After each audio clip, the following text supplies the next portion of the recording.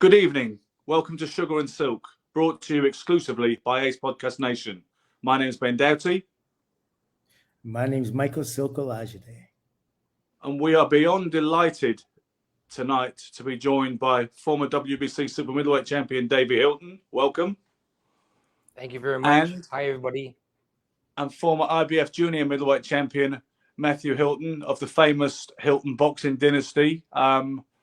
It almost feels a little bit surreal it's happening at all. I'm sure you have a few questions you'd like to ask, Michael. Yeah, sure thing, Mike. You were both great fighters. We both fought at the same time. You guys came up and took over the East and took over the world, in fact. How did you get into boxing? Well, it was pretty easy. I mean, my father was, he, a lot of people don't know this, but he spent a lot of time with Cassius Clay in Louisville, Kentucky. Wow. Mm-hmm. With Muhammad Ali, Jimmy Ellis, Donnie Hall, and one guy who died trying to save somebody named Rudolph Stitch. Wow. And I remember my father always saying that this guy would have been the best fighter of all of them if he had not jumped in the Ohio River and saved this person. But they all had I think the trainer was Joe Martin, who was an ex-cop, yes, or a cop at the time in Louisville. So they all went to Chicago together, my father and Ali, Jimmy Ellis, and they fought in the National Golden Gloves. So they were together, quite a few years together, off and on. Wow. It's fascinating to hear you mention Donnie Hall, Davey, because I don't know if you've ever read his autobiography, Ali's, but he blames his loss to Kent Green in the Golden Gloves semi-finals. He blames it on the fact that he was with a hooker the night before, and he said it was Donnie Hall who took him on that kind of little nocturnal journey and set that up. I don't know if you ever heard that. I read it. I read it in the I Am the Greatest book, and I think it was in chapter 7 and 2. You remember? This guy's so learned. Yes.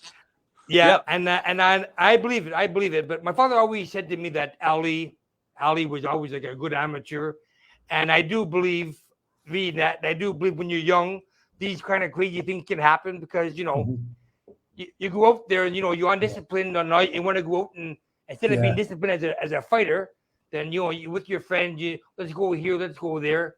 But I do recall reading the I Am the Greatest, chapter 7 and 2 with Ali and Donnie Hall, and they lost because they went over the hooker. I'm not sure if it was psychology that bothered them or just the thought of guilt or being guilty. I don't know. I'm not sure. So Dave, Matthew, let me ask you both. When you guys sparred together a lot when growing up, or did you? Oh yeah. You guys sparred a lot. Tell me who won, who got over. Well, usually mommy came in and grandma came in and stopped it, but in our house we weren't allowed to argue. We had an argument at the table. It was go outside, settle it like men, and come back and just be quiet. Eat your supper and that's it. So wow. So as you were professional fighters, though, when you actually fought, sorry, go ahead. To tell you the truth, he had my number. He knew how to block all my trick shots, everything. We boxed so many times. He had my number. Yeah. And did you guys actually hit each other hard? Oh yeah. Oh yeah. All of us. We went at it. Even got to the boots. Wow. With some famous boxing families like the Benitez brothers and the Ayala brothers, the story was very much of a controlling father who didn't give them a choice whether they wanted to be boxers or not. Was that at all similar to your experience, or was it something that you all very much wanted to do? I gotta admit there was a little bit of controlling from my father and my grandfather because they were from Scotland, and that's how we grew up in the Scottish families was fighting boxing. I remember at one point Alec and I wanted to play, Matthew, all of us wanted to play hockey, and my father was saying, "Well, show me what you can do playing hockey." And we demonstrated how we could play hockey, and they laughed at us and said, that's not for you. Boxing is for you. So that's the way it was. I mean, if you want to play ball or this, that, it was always boxing. You're a boxer and your family's a boxer and be a boxer, You got to segue into it. So you guys were Guy Lafleur fans, of course. I was Boston. Bobby Orr, Esposito. I was a Boston fan. Oh, Boston. What? Yeah. I was Philadelphia. Matthew. What, Matt? You and I was Bobby Clark, all those guys. Yes. Oh, me too. Me too, Mike. Dave Schultz. Dave Schultz. Yeah, Dave the Hammer Schultz. You bet. Rick McLeish, Bernie Perrant. Yes. Oh, that's great. No wonder. Yeah. Sorry, Ben. Those are National Hockey okay. League. Yeah, no worries. So, were you? How aware, as young children, how aware were you of your father's career and his legacy? Because I was saying to you off camera, I didn't realise until recently that your father fought Terry Spinks over in London, and he was a Canadian champion at a number of weights. And how much did you look up to him, and how much were you aware of his career? Well, we're aware because a lot of times we'd have to leave, like school or whatever, to leave to go to New York to train and prepare, or maybe Syracuse, or we had to leave to be with him, be my father, because maybe sometimes we'd go there 2 weeks, 3 weeks before a fight, and I'd go to the gym with him, watch him train, and just sit there and watch him train. And we knew that we had family coming down to watch the fight, whether it was in Scranton, Pennsylvania, where he fought the same card as Larry Holmes. Yes. I forget who Holmes fought at that time, but Holmes was just coming up. But I remember meeting Carmen Basilio there. I remember meeting who else was there that time? Woody Pep. Yeah. Old names, and it stuck in your head, Yeah, yeah. And my father fought a light heavyweight. He was off like for years, and he fought Cozy Smith, who was a top strong light heavyweight at that time. Yeah, and was it something that did you have boxing a particular boxing hero as Ali, Leonard, Duran, Jack Dempsey? I mean, way back. What about you, Matthew? Roberto Duran and Davey Hilton was my idols. Davey Hilton Sr. Yeah, brilliant. No, That's Davey good. Hilton Jr. Yes. Oh, really? You idolized your older brother, huh? Yes. Okay. That's amazing. I like him too. Don't worry. He was the best. Really, he's the best. I would say Matthew got the most ink. Matthew seemed to get the most press in the 80s in that kind of era. Matthew seemed to be the one that the journalists invested their most expectations in. Is that fair to say? It's kind of fair to say. The reason is because my brother Alec kind of slacked off, and Davey wasn't in the right era, and I knew exactly what I wanted, so I was in the limelight. Yeah, that sort of thing I can see. But well, not only that, Matthew, you were also very much like you're a gunslinger. You would lay it on the line, and Davey, I always thought, or maybe a lot of people in boxing thought, was like took a more skilled approach to it. Like he was very professorial with the hands. He's very accurate through great combinations, and you had more of the brawler type. You know what I mean? Yes, I agree with you, Michael. Mm-hmm. And I remember Matthew fight. I remember Matthew fighting Vito Antuofermo. Remember Vito Antuofermo? Yeah. This guy went toe to toe with everybody. Marvin Hagler. I think they fought a draw one time. I could be wrong. No, you're right. Yeah, and Matthew, I'm figuring he's gonna go in the ring and start trying to box the guy like I would do. Matthew went right after him like a truck. I said, Matt, you're taking the wrong approach. Yeah. Then he hit Vito Antuofermo a shot in the teeth, and the tooth was stuck in the glove, believe it or not. Wow. And the fight, I think, was stopped in the 4th round. And I never seen anybody in boxing history be able to stop Vito Antuofermo, a strong middleweight like that. So exactly, that shows you who he really was, and that was all good and dandy for me, but he still didn't budge off his feet. No, that's true. He did. Tough son of a gun. Yeah, he was solid. You have to take it to his body. I sparred with him a couple of times, and you always find a weakness to the body. Those guys, like I remember sparring with Mustafa Hamsho. Oh, he's a tough guy, man. Wow, yeah, Mustafa, strong as hell. And he'd go to the head, and he'd southpaw, and he'd be talking to you and making all sorts of sounds when he's punching. But you put it on the solar plexus, and that changes. Like nobody could take that perfect shot when you hit him in the solar plexus or you hit him in the liver, as we saw like a few weeks ago with Davis. It's just you can't build that up. You can't. You know what I mean? Yeah. For sure, man. You get the rate in the solar plexus. I don't care how many muscles you have how many bananas you have in your chest, or your stomach. You hit the right place. Yes. Well, I got hit there a couple of times. What did you have an opinion, Davey, on the recent Ryan Garcia Tank Davis scenario when people seem to be split down the middle. You've got some people accusing him of dogging it slightly, and you're not really wanting to continue. Honestly, I think Michael just said it. This guy, you know, I was rooting for Garcia. To be honest with you, I was rooting for him, but a couple of times he got hit and dropped in the past, and I'm gonna blame that of pulling back, because a lot of these guys pull back, and when a guy steps in, you have nowhere to go. You know. So, you know, and getting hit in the solar plexus, as Michael just said before. Like I said, doesn't matter how many bananas you have in your stomach. When you get the right place, you're going down. Yeah. Going down. Unless, you know, go down, take the count of 8. Go down, take the count of 8. Try to get your breath back and try to get up and coast a bit, you know? Yeah. And your eyes are bugging out your head. It's crazy. Them body shots. Yeah. So when you guys are on the way up, this is a question for both of you. When you're on the way up, when did you realize you were going to make it? Like when you cut over into the U.S. market, when did things start to get really exciting for you? I'd have to say, I'll let you answer, Matthew. Go ahead. Well, and on my behalf, it didn't matter what. Mike, you would know this too, but I just wanted to be world champion. That was all that was in my mind. I would do whatever it had to be done to become that champion. Never mind money, never mind fame, this. I wanted the title world champion. Wow. It's amazing. We weren't too smart, Mike, when it comes to business. You know, we didn't care about business, like the money, which I would today for sure. I learned fast, you know.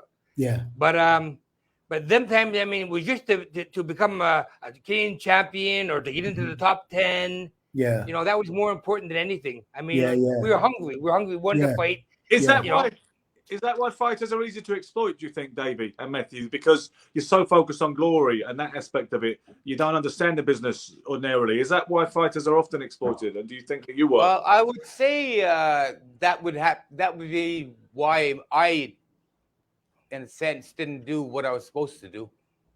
I would say I'd agree with that. And a lot of things too, we believed in old school. Like my father, let's say, for example, he spoke to Don King and they made a deal. Don King would have a contract. My father would have a handshake of it. Okay, that's my hand is my word. Yeah. But when it came to the end of the contract, it didn't work out that way. You were stuck with that contract. And money wise, you got messed with. You know, well, next time. When the hell's next time ever come? Yeah, well, I thought it was strange when Matthew fought Benitez in 1986. I remember doing some research for that about that fight, and Don King was talking to the press conference saying, "We're expecting a sellout, and so long as we get a sellout, it should ensure a healthy payday for both fighters." He was talking, you know, like you were actually not on a guarantee; you were on a percentage of the gate, which seems quite astonishing by today's standards. You know, I don't recall the exact. But I remember being paid $25,000 that fight. But I don't know how it exactly worked. Yeah, that's not very much. Well, considering there's been so many situations like that, right? Where fighters, they know when. I mean, even the TV stations, they know when they're dealing with someone who's got the experience, someone that hasn't. So, do you think that with your father, he was your manager and trainer? Yes. Yeah. I would say that, but like I said, I mean, we adore our father, you know. But my father, like I said, he was more of a handshake, you know. That's fine, because he wanted to bring us up this and that. But for money decisions, he didn't make a lot of times. He didn't make the right choice. I mean, we should have got paid more money. Exactly. And we had a lot of arguments and inactivity. I mean, I gave up a couple of times. I got fed up the boxing. I said, "The hell with that," you know, because of that. Because of that, you know. But I remember, you know, like making good money with Don King at the beginning, coming up, and then after being under contract, that the contract not being respected, you know. Yeah. Like I'll give you an example. A couple of times, the contract, we could fight our mother for $50,000 and be paid $50,000. Wow. Yeah. And then other times, you know, whoever you fight, I mean, after you beat them, your burst is supposed to go up, not go down or stay the same thing, you know. Yes. But I remember being offered many times $5,000 just to be in the car with Larry Holmes or Azuma Nelson, for example, in Miami, and only offered $5,000. I said, I have a contract where I can fight my mother for 50, but you offer me 5 just to fill up the card, you know? It's crazy when they do that, because what they're really essentially doing is they're taking advantage of, obviously, the fighters. We don't have the knowledge, or we didn't pay attention to the minutia. We don't understand the numbers, and because we don't understand the numbers, like what the TV stations pay for the fight, so we don't understand what should be coming to us, and the promoters they give you a little bit of the live gate, but they definitely keep the TV money too. You know what I mean? If they can do that. I got messed with that many times, and I'm sure Matthew did too many times, because we didn't care about TV, because we thought we were getting our proper money. Yeah. But we were the ones selling all the the places out and the TV and everything else. Yeah. And Mayweather's really changed all that, Ben? Well, I think so. I think that I think Mayweather's a great fighter. I'm not really a big fan of his. Yeah, no. But he's smart. I mean, maybe I'm not a big fan. Maybe I'm not a big fan of his because he's smart and they call money and he's making money. You know, it's well-made money. And we lost all ours. So, Well, when I look at the sellout crowd you would attract in Montreal, the closest thing I could compare it to at the time was with the clamour for Barry McGuigan in Belfast. I remember. Barry fighting. He was a big fan of Barry McGuigan, and the people would go crazy for him, Barry. And I remember fighters John Conte from England also. I remember him fighting. But yes, the people here would go crazy. You know, Hilton. You know. So my question is, unless you fought a good Frenchman. If a guy came in with a fleur de lis and he's fighting against the Hiltons, then the Hiltons were bums, you know.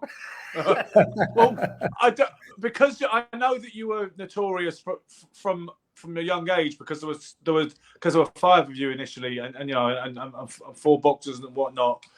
And I know you attracted attention from school times, that people were aware of who you were and they were aware that you were fighters. Was there was there extra pressure on you, extra added pressure on you, which was actually hard to deal with because of the sheer amount of interest in Montreal in your affairs? The problem you have to understand is, when you're young, you get out there and when you're winning, everybody wants to invite you out to come have a drink here, champ. Come have a drink there. Let's go eat here. And you get caught up. You have a beer here. You want to see this. You want to see that. But that was a lot of pressure. But we're just like immature. We're immature for our age at the time. Mm-hmm. Negotiating, boxing. We're even the gyms. I mean, in the gyms that like in New York and Gleason's or anywhere else. I mean, we went in the fight. Would it be told, well, slow back and go easy and learn, Mm-hmm.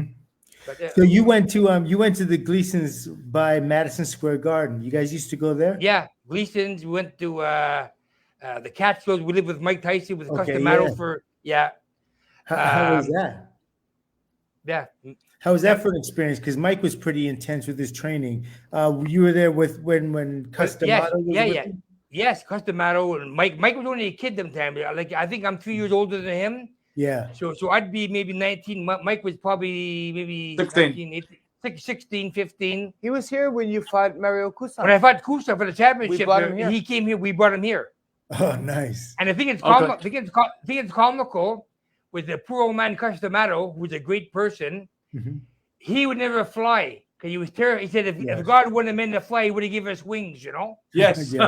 Yeah. So he would take the bus all the way from Catskill, New York. We'd fly like from Catskill to back to Montreal, and we have to wait for him a day and a half later. He'd come by train or something, and we go pick him up. But he'd never fly. Yeah, I heard that he had an aversion to that. My friend John Doyle has a question for Matthew. He wants to know, how difficult did Matthew find it to make 154 pounds, and what weight did he walk around at in between fights? Yeah, I did have a hard time making 154 pounds, but it was undisciplined of me. I would walk around into my late 60s, and then during that time I'd go down during a fight date. I'd go down to drop down and weight 154. But it was just discipline, self-discipline. Mm-hmm. So Matthew, Do you go on? So Matthew, let me ask you, what was the one fight you wanted that you didn't get?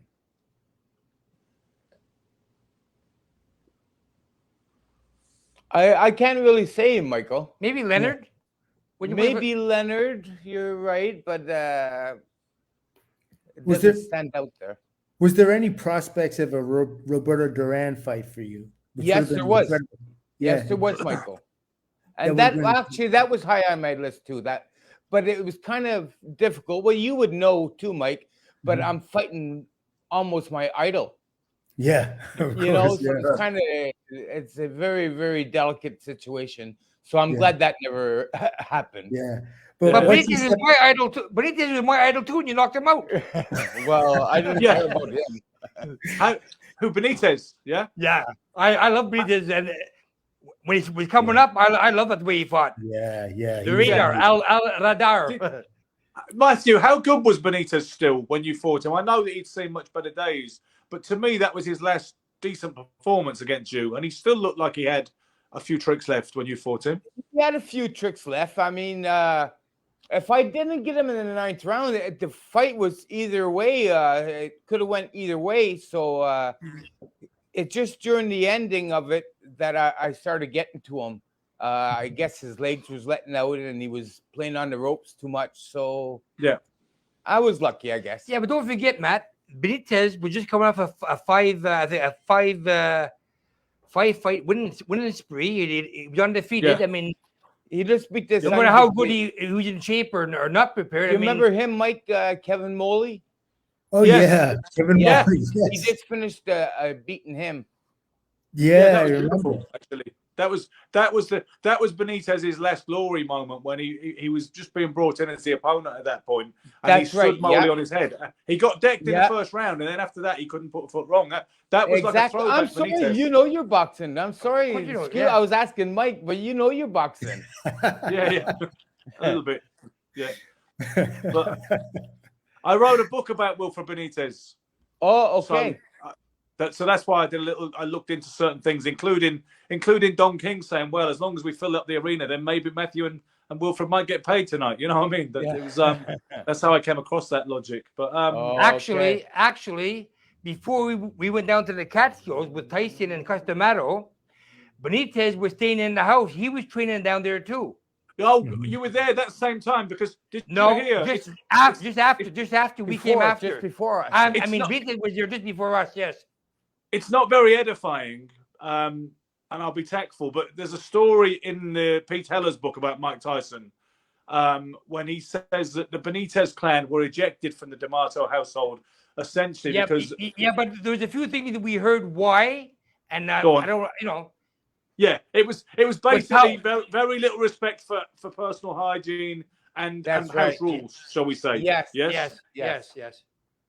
You heard the same thing, yeah. So, but that's Yeah. fascinating. What always amazes me is how small a world boxing is, and how there's all these links all the time. And to hear that you were in residence at the Catskills at the same time the Benitez contingent was there, because Jimmy Jacobs and Bill Caton had just signed Wilfred at the time. That's all fascinating stuff, you know. It's funny because I didn't even know Kate and them guys was the manager and trainer of Benitez, but I knew they were with Tyson after though. Yeah, I think that's where Kate, that's where yeah. Tyson got those incredible neck exercises from Benitez, right? Benitez used to do them. I don't know because I never seen him train Benitez. I never seen him training. Yeah, he used to curl up on his back, and I heard some pretty scary stories with Camacho and Benitez when they used to spar, and Camacho had actually knocked Benitez out. This is in Gleason's on Are you serious? In '87. Yeah, I'd be surprised Camacho would knock him out unless Benitez was completely finished. Yeah, he was getting it was pretty tenacious. It was quite a competitive sparring session. But Hector has such a quick release and he has such quick feet. Oh, he was a good fighter. He's a great fighter. Yeah, you know, sure. you know, when you're, I tell you what, when you guys were in the gym, did you spar a lot with a lot of bigger guys? Did you fight a lot of spar with a lot of bigger guys? I guess light heavyweights, heavyweights, right? Downtown New York. We bucked with Billy Costello, Blocker. What's the other guy's name? Morris Blocker. Morris Blocker. Yeah. Simon Brown. Yes. Yeah. Mike McCollum. Wow. What's the other guy that? But he was smaller. Doug DeWitt. Of course, yeah. Louis Resto. Okay. Oh yeah, yeah. The notorious Louis Resto, as it was. Pardon me. Yeah. But you know, honestly, Resto was, since I knew him, he was a good guy as far as I know. I mean, he was always played with us. He was a gentleman. I mean, whenever we sparred, we didn't try to knock each other's head off. We had mutual respect, and we're there just training. Mm-hmm. But he was manipulated, I think, in that notorious incident. He was manipulated and went along with whatever, you know. I think so, but you know, I don't want to say nothing bad about Panama Lewis, because I liked him too in the gyms. He was a good motivator. He was good to us. You know, I remember bringing him to Montreal a couple of times to work the corner, and whatever happened, it was a bad mistake on Panama's point on his side, and If he hadn't did that, he'd probably be the greatest, one of the greatest trainers in the world. But that's, do you know what, Davey? People said he was a great trainer. People said you can say what you like about moral character, as called. I'd say motivator. I'd say motivator than trainer. Motivator. Yeah. Is it true? It's true to say, is it not, that some guys who've got a reputation as a great trainer, all-time great, sometimes they were actually more motivators than they were technical trainers. Even a guy like Angelo Dundee, you know, who maybe couldn't show you too much about how to throw a left hook to the liver and roll out and throw a straight right hand or something, but he could get into your head and make you perform better. You know what I mean? There's a distinction. I think that's why Ali had him around, always had him around for the motivation. I think he was a pretty good, smart businessman. I think that's why Leonard had him also there. He was a smart businessman. Yes. And a great motivator, because he knew his stuff. I remember seeing him in Miami and talking to him in Miami. And I remember sparring when Hart and they had their death here in Montreal in the Leonard and Durant fight. I boxed with a guy. What's the guy's name again? I forget his name. From Panama. What weight? Probably lightweight, welterweight. Pedroza. Silvio Pedroza. Yeah. So I had been sparring with Gaeta Hart, the guy that killed Denny. Yeah. They wanted me to be a Spartan partner. So anyway, we started sparring and Hart was, you know, trying to make his move on me. So I ended up knocking him out before the fight. So they didn't want me to be a sparring partner no more.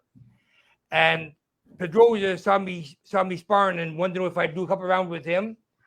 And Dundee was right there in the corner, and he said to me, he says, because Pedroza was trying to come on to me, and I came on to him, and next thing we were kind of in a war just before the fight, and I made him look bad for 2 rounds, and I remember Dundee telling me, "Don't do a third round. Tell your son not to do a third round," to my father, you know. Yeah. Because he would have come and did them me. I was only 15 years old, but he might have come and did some mean business to me. Yeah, I get it. So Dundee says, no, you had the best for 2 rounds. The third, you don't need another third round. And so that's the thing with guys like Dundee. They're wise. They're wise in those ways.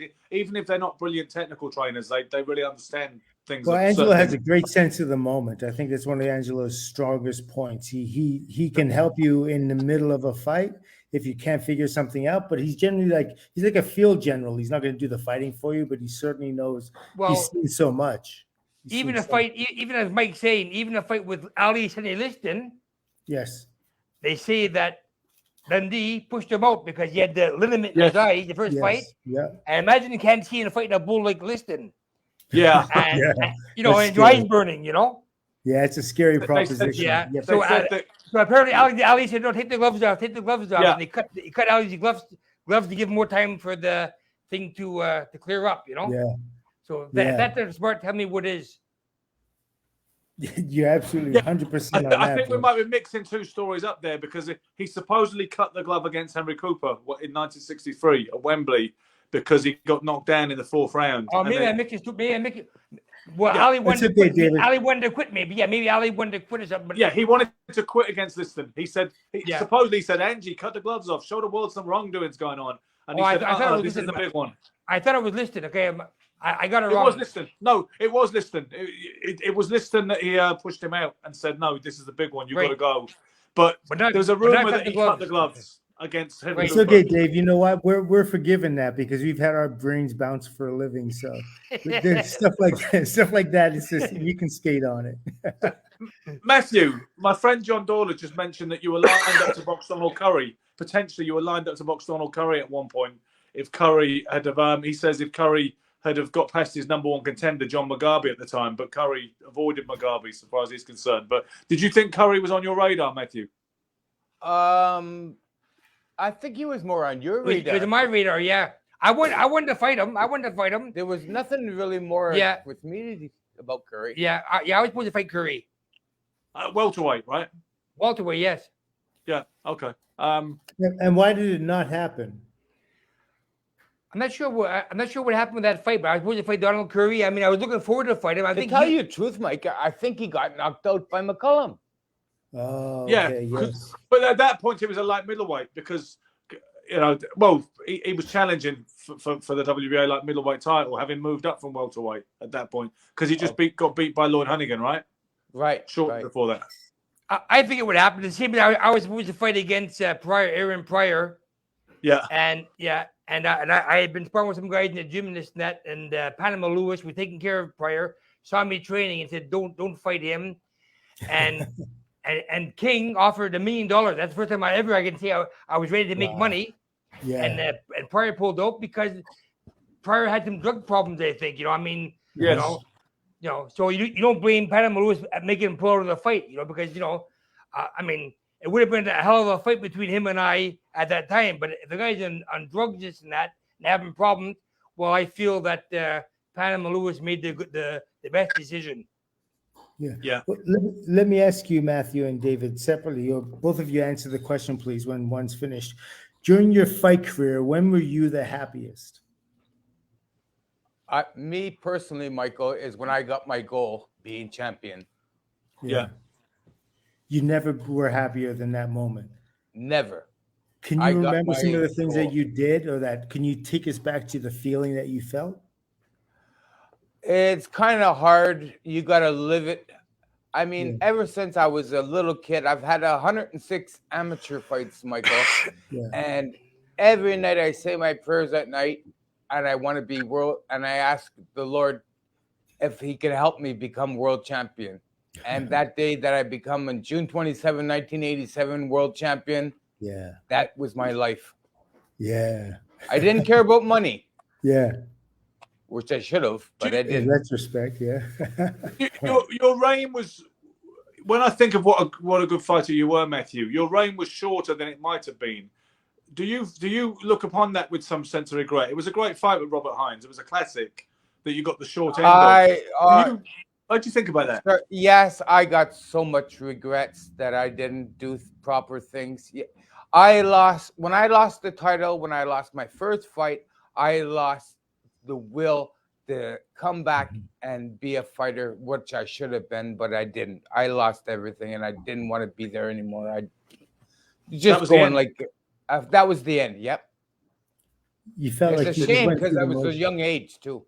Yeah. Yes, indeed. You had so much more to give, and it wasn't as if it wasn't a remotely shameful performance. It was a classic. I mean, I know people who still like to watch that fight today. And maybe there could have been other chapters in your career if you'd have evaluated it and put it in perspective and got back to it. But maybe something changed inside. Absolutely. And I mean, in the last few years, I could have been so much better on my career, done so much better in my career, and I didn't. And I'm not going to make no excuses. I didn't. And Dave, when were you the happiest? Well, I'm going to agree with Matthew. I think it wasn't that they lost. I think why he lost, because I don't think anybody at that time could have beat him, except maybe you at that time, because you were hot them days too. Yeah, but man, we were hustling. I think Matthew had a girlfriend at that time, and I shouldn't even mention. No, I think she messed his mind up, and She had a lot to do with it because he wasn't training no more. It wasn't as serious as it was anymore, and limelight came first, and with all of us, Yeah, we've steered clear of the. I mean, when you look at when things went wrong for the Hiltons, and whenever they went wrong, the newspaper, the press was there, the media, especially Canadian media, was there. Front page all the time. Front page again. The Hiltons again. The Hiltons. Yeah. Again. It was just. It was just like that. Again. Do you think the hotel chain was going to change its name? Yeah, they didn't want to be brand association. Yes, good one. But both of you guys, do you feel that was an element of unfairness in there? Because some people say, "Oh, the Hilton story, it was a car crash, unfortunately, and there was this and that and the other." Do you feel some of that was sensationalism, or do you feel that that it was every bit as chaotic as has been described? I would say, my own opinion, it's overexposed for absolutely nothing. Whatever the Hiltons did outside of the ring should not, my own opinion, shouldn't regard in any ways make the news or anything for boxing. For boxing, for boxing, what we do outside our lives, our private life, is our own business. Same as any kind of star athlete or anything. Yeah, I mean, go on. Go ahead. Yeah, I was going to ask Dave, when were you the happiest? I asked Matthew, when were you the happiest in your? No, he said you already answered it, Silk. David did? I think he did. When he won. Don't forget, I was inactive too. I was inactive because, like I told you, and then I came back. So when I came back, when I came back and beat Roulette, I was happy. I was happy when I won the world title against the Tabella. But to be honest with you, I was in a halfway house. I was not even in shape with that. I trained 4 weeks for the fight with Tabella. Wow. And I fought him with a broken thumb. Yeah. How did you break it? During the fight or in training? I was sparring. I hit somebody's elbow, and I wanted to cancel the fight, but the promoter had sold it to the TV and put me on anyways. Wow. So I had a doctor come in and freeze it. I don't think people make a big enough deal of that. I don't think people, when you look at, I believe you were 37 years of age when you won that world championship, and when you describe the circumstances, I don't think that's rated enough as a real late career triumph. You know what I mean? Yeah, and like I said, I mean, I told it, and to be honest with you, I mean, it being in halfway, I had no place really to train. I didn't want to fight. I wasn't motivated to fight. And to be honest with you, I didn't even know I was fighting the world champion. I thought I was fighting Joe Blow just to for an ordinary fight to come back. Yeah. And then after, I didn't even know I was fighting the world champion. I didn't know who Tabella was. I didn't know it was 12 rounds for the championship. I never asked. And then after I started seeing posters and the guy's the world champion. I said, wait a minute. I called. That's crazy. Yeah. Honest to God, honest truth. I didn't know I was fighting the world champion. And the money probably reflected that as well. They probably did a number on you there, right? Of course. Yeah. Of course. Do you guys still follow boxing? Not as much. I mean, the Garcia fight, I was anxious to watch that.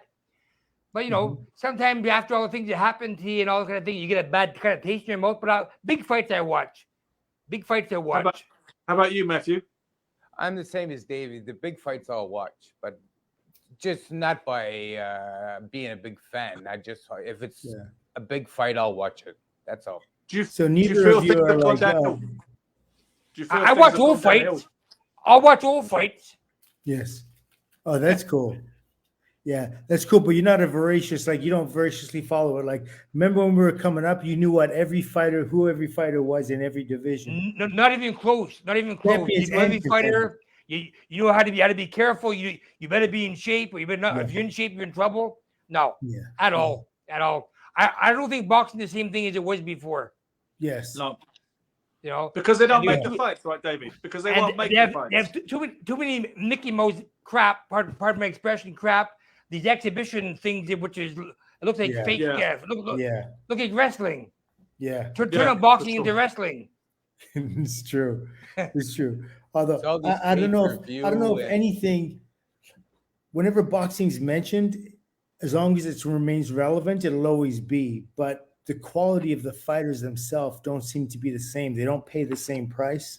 They're not willing to make the same sacrifices, it seems. What did you think of the Roy Jones fight? Roy Jones and Mike Tyson. Oh yeah, well, I mean, I knew that wasn't going to be a fight. You know what I mean? It's like a sparring match. Yeah. I ignored it. Yeah. I didn't watch it.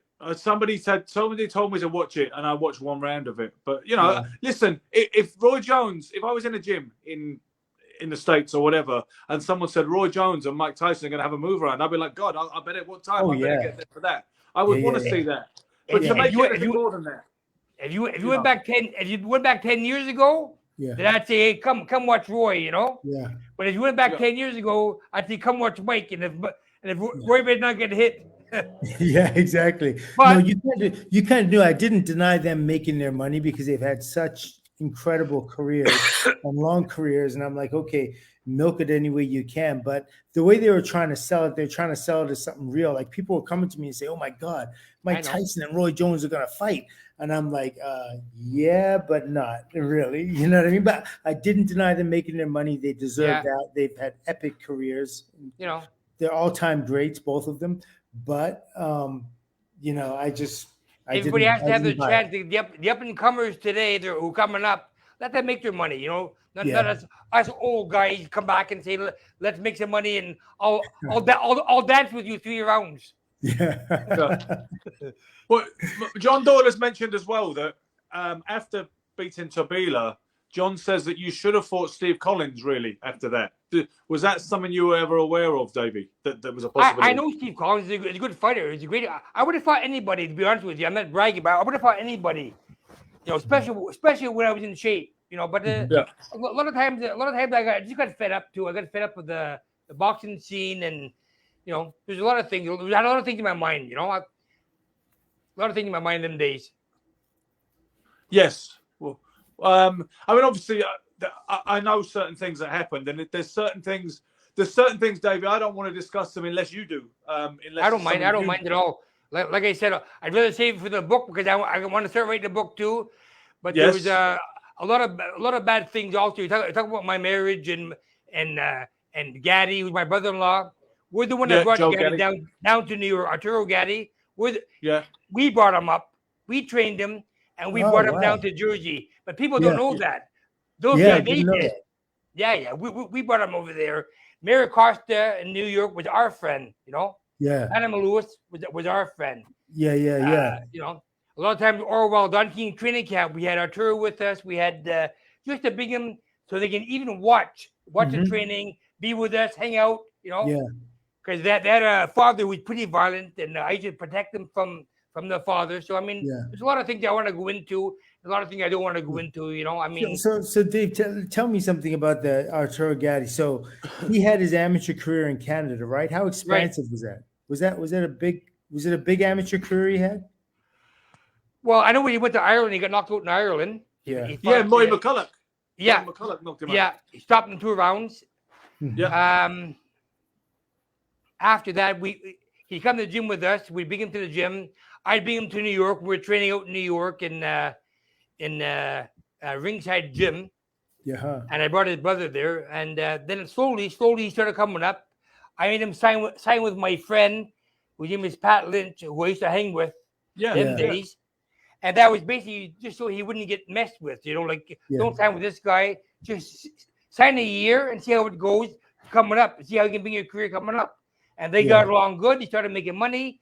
And Pat Lynch did good things for him. Yeah. And then I remember he came to New York and then Hector Roca started working with him. Hector, Buddy McGirt. Yeah, Hector, Buddy McGirt. And they started, so Hector was his trainer at that point, and then he actually beat Tracy Harris Patterson for the IBF title. I remember Tracy, that Floyd's nephew. Yeah. Right? Yeah. Oh, right. Of course. And that was an incredible, it was a really great boxing clinic that Gatti put on. A lot of people weren't aware that he could do that, because if he tried to slug with Harris, who was a good boxer, he probably wouldn't have won that fight. But because of the way he fought, the way Hector had him boxing, he won that fight. Then it wasn't but a couple of fights later he started to go back to his style because nobody was they weren't excited by the boxing and they wanted him, from my perspective, from what I saw on the inside, they wanted him to be that slugger and he turned back into that guy. And unfortunately, but quickly, I just want to say, like,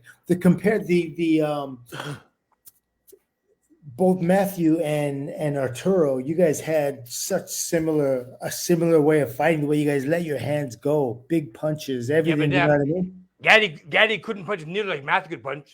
Matthew was a bigger puncher, way bigger puncher. Yeah. 10 times bigger. 10 times bigger. Yes. But in terms of your styles, the ability to just let any punch go at any time. Well, to be honest, yeah. But to be honest with you, I always try to be able to box two styles. If the guy was faster, then I try to learn how to. I taught Gaddy how to cut the ring off and how to move your head, not stay in front. Yeah. And if the guy was stronger than you, then how to box, Yeah. So that's kind of like what Sugar Ray Robinson supposedly said. I used to box the fighters and fight the boxers, which is pretty much what you're saying. As soon as you watch like guys like Robinson or Mike or guys who know how to box, I mean that's guys who are smart. They don't stay there because tough guys who take shots and that don't last long. Yeah, that's true. Yeah. They're always chipping away at you, right? So, do you believe that Arturo was murdered? No, I don't. I know for a fact he wasn't. Interesting. I know him. I know who murdered Gaddy? Crack. Go on. Keep going, Davey. Crack. What? Crack in the rope. Crack the drug. He said crack. Yeah. Crack. I know. Yeah, I know what he means. Crack in the rope. And it's not the first time that he tried that. It's not the first time he tried that. No. I know at least 10 times. 10 times he tried that.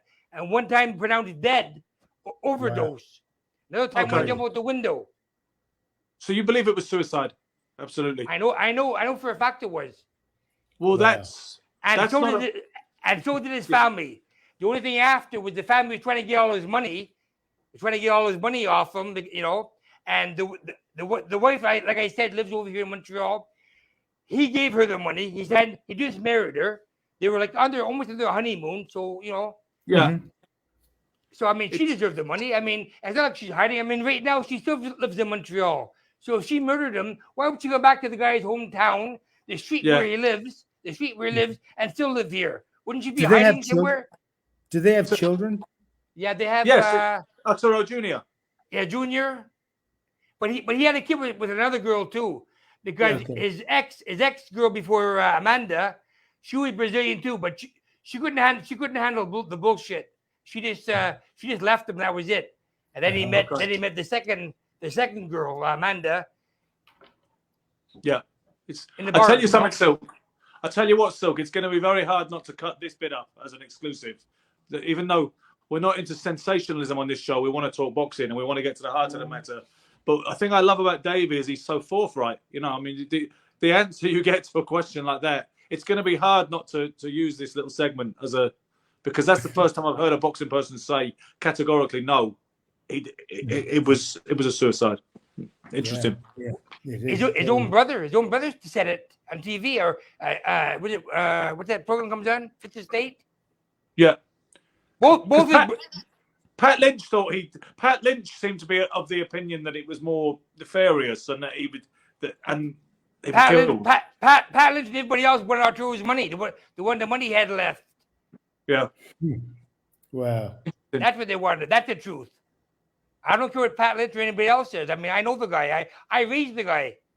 Yeah. It's amazing. Yeah. And you had no way of knowing, or did you think that Arturo was going to become as explosive as he was? Did anything? Well, I remember before I was in Toronto, and I remember him calling me. I think it was before or after the Patterson fight. Mm-hmm. And I didn't talk to him for a long time. For a long time, I didn't talk to him because he was away. But I knew he was going away. He was going away with it because he would tell me I met these guys and I was talking to this guy. And if you want to get all the money in the world, you have to give your soul to the devil, like the devil's advocate. Mm-hmm. So I'm saying to myself, what is this guy talking about? I said, no. I said, the only guy with you, Arthur, I said, is God. You should believe in God. Don't believe in this other crap and brainwashing things. I mean, this is the way he was talking to me. He was talking like this, you know. And that's going back away 96, 97, 97, 98. So imagine. And that was his state of mind then. Yeah. Sure. But one of the viewers has asked how your dad is these days. How is Davey Hilton Senior these days? Somebody, John Doyle wants not too good. Not too good. He's not well at all. He's not good. Okay. He always had one son home, and the other son taking turns, and we all go home. I live maybe 2 blocks from my father, so we can be close, you know. Yes. I go there every day, take care of him, try to feed him, try to force him to eat, but you know he's not well. He's not well. Let me ask you guys. Let me ask both you, Matthew, first. Are there any injuries you received from boxing that stay with you, though? Well, Michael, the reason what stays with me is when I lost my championship, I had and I still got the doggone lump in my rib. It's because of an injury. That's memories that I have. The reason that I have a great excuse for losing my title.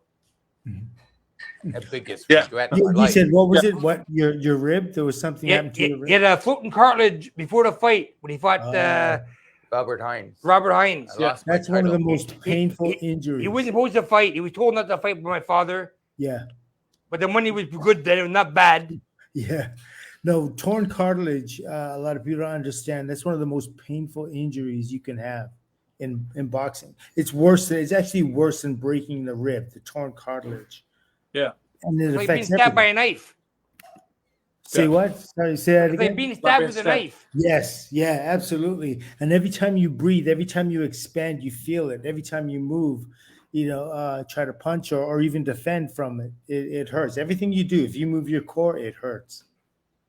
And same question to Davey about injuries. I've had a few. Yes. Had a few. I broke my finger, broke my biceps, finger, my hand, both hands I broke boxing. Yeah. But yeah. But in terms of like cognizant, like brain, no, brain issues, okay, no, I'm okay with that way. There. You can tell he's sharp as a tech. Yeah, I think. Yeah, and Matthew as well, by the way. Sometimes as boxers, we're sitting there, the motor skills, for instance, maybe sometimes that kind of causes, there's a little bit of, so there's no balance issues. You'd never broken eardrum, that kind of stuff. I had a broken eardrum and it bothered me. Every time I get like water in my ear, I had a perforation in my ear. Yeah. And every time I get water in my ear, I get like an ear infection, but that's about it. Yeah. Those very dangerous. Now. Yeah. So did you say, by the way, Davey, you alluded to a book. Are you in the process of writing a book and telling the whole Hilton story properly for the first time? I was offered. I'm still talking with some friends then about this now, but some other guys from Montreal wanted me to do it. But I want it done like if I want to do it in French and English. I mean, we're English. We live in Montreal, but why just French? I'd rather both ways, Mm-hmm. Are you still open to offers as far as getting the right? For sure. Okay. Well, for sure. We can talk about that on camera too. I don't want to hold the time with it. Sure. Okay.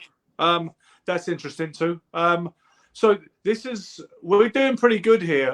We're going to go for nearly 55 minutes. We tried to do this for like an hour segment. I'm sure there's some things you still want to get off your chest, Silk, in your own inimitable way. You got 5 minutes. I got 5 minutes. Yeah, man. Okay. Let me throw this at you. If I would have fought, how come the fight didn't happen between either of us three, not Alex, Matthew, or David? We were supposed to fight because I was Canadian. Well, it could have been the money or what the promoters over here were offering or the promoters over in Vancouver. I don't remember why, but I definitely know that you were supposed to fight one or maybe both of us. Yeah, it was crazy. I remember, there was a big kind of stink about it that it wasn't happening, and then I think I was originally supposed to fight Alex, and then Alex didn't happen, but then they offered up Matthew, but Matthew, I don't know if you were rated for I think your brother was rated number probably 83, 84. Is that possible? Yeah, probably 84. I think it was 84 because I ended up fighting Wayne Caplet. Yeah, I know Wayne Caplet. Yeah, wow. You're a tough guy, Wayne. Yeah. He's a tough guy, Yeah, so I ended up fighting him and everything. So I was always wondering, like, what were you guys, when you guys looked at me, what was your feeling like in terms of, obviously, I know you guys are fighters, you're pure fighters. So when to be honest, my father might have thought you were dangerous for any one of our styles. Yes. He might have said, let's wait. Let's see if we get more offers fighting somebody else. This guy's dangerous. He can probably beat anybody. Yeah, you have that style. Yeah, thank you. The promoters, maybe the promoters weren't paying on either side that much, and they said, why fight a contender who only get paid so much, Mm-hmm. And will it draw in Montreal and will it draw in Vancouver? Yeah, no, it would have drawn in Vancouver or Montreal, and that was a big gate fight. And I know you guys were killing it out in Quebec. Absolutely, 20,000 people, 20,000 people, 22,000 people. Yeah, that was drawing considerably more than what I was drawing in Vancouver. That's for sure. How is the boxing in Vancouver, Mike? I don't remember the crowds of Vancouver. Yeah, they weren't actually massive. We did one fight, I think, for the Canadian title that worked out really well. And Tony Pep and Dale Walters also fought on that card. So it was getting to the position where it was getting good. Because I remember maybe even the fight with Ali and Chavallo. I don't even think that fight drew that much in Toronto. No, Toronto, Vancouver, and then places were never like a big boxing town. Montreal was. Yeah, and the thing is, the problem with that was in Vancouver, the athletic commission was terrible. Like I was scheduled to fight Ayub Kalule, and Ayub was coming over from where was it, Denmark? Yeah. He flew over. We had the fight all lined up. It was ready to go, and I think Ayub's only loss at that point was to Sugar Ray Leonard.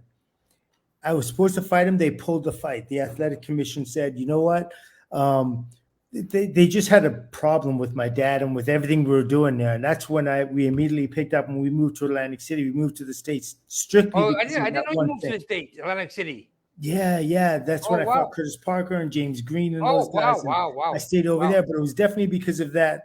The athletic commission were not, so kind to us. It wasn't like England in the places or Ireland or Scotland. It wasn't like that. Yeah, I would have loved to have fought in Liverpool. I never got the opportunity. Me This too. is where I was born. Me too. Because he's British, right? Michael is British.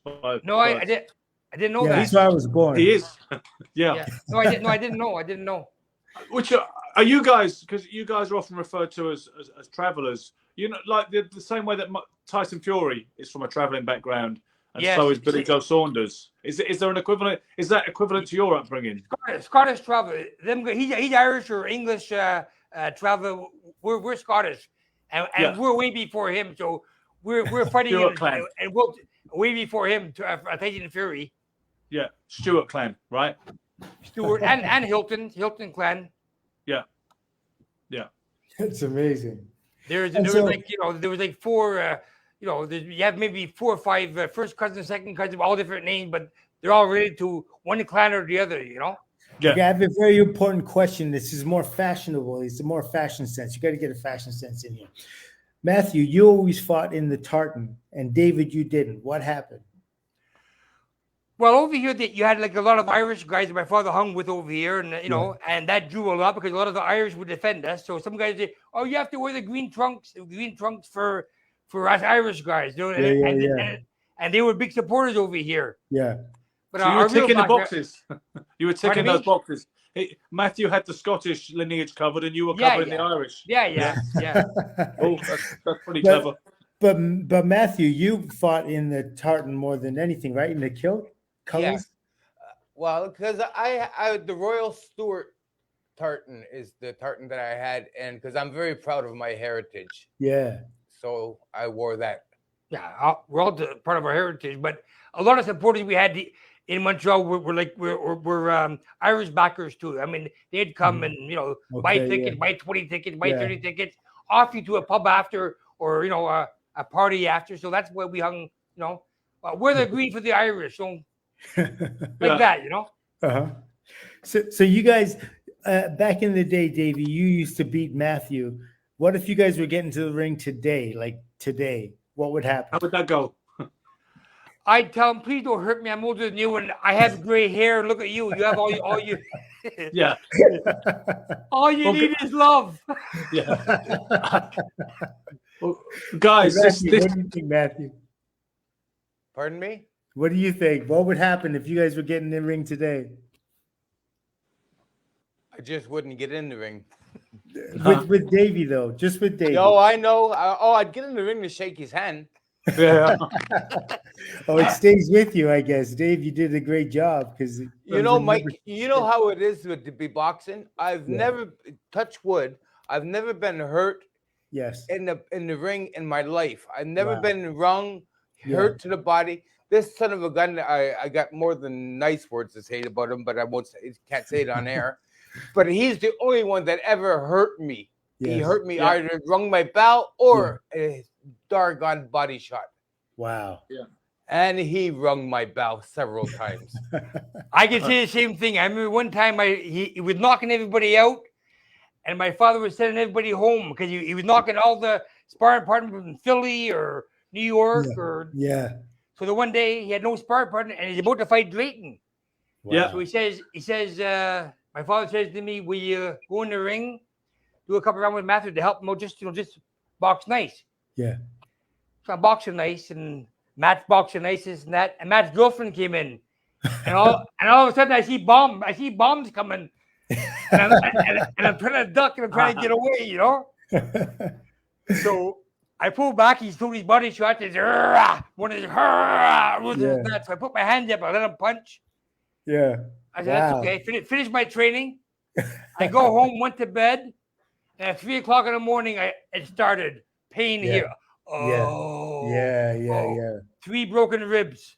Wow. From your brother, imagine. That's crazy. You guys went at it. But after all that kind of damage and legendary careers, it's brilliant to see you both looking so well and be so lucid. It's been a massive honor to get this audience. Thank you very much. I really appreciate it. Thank you very much.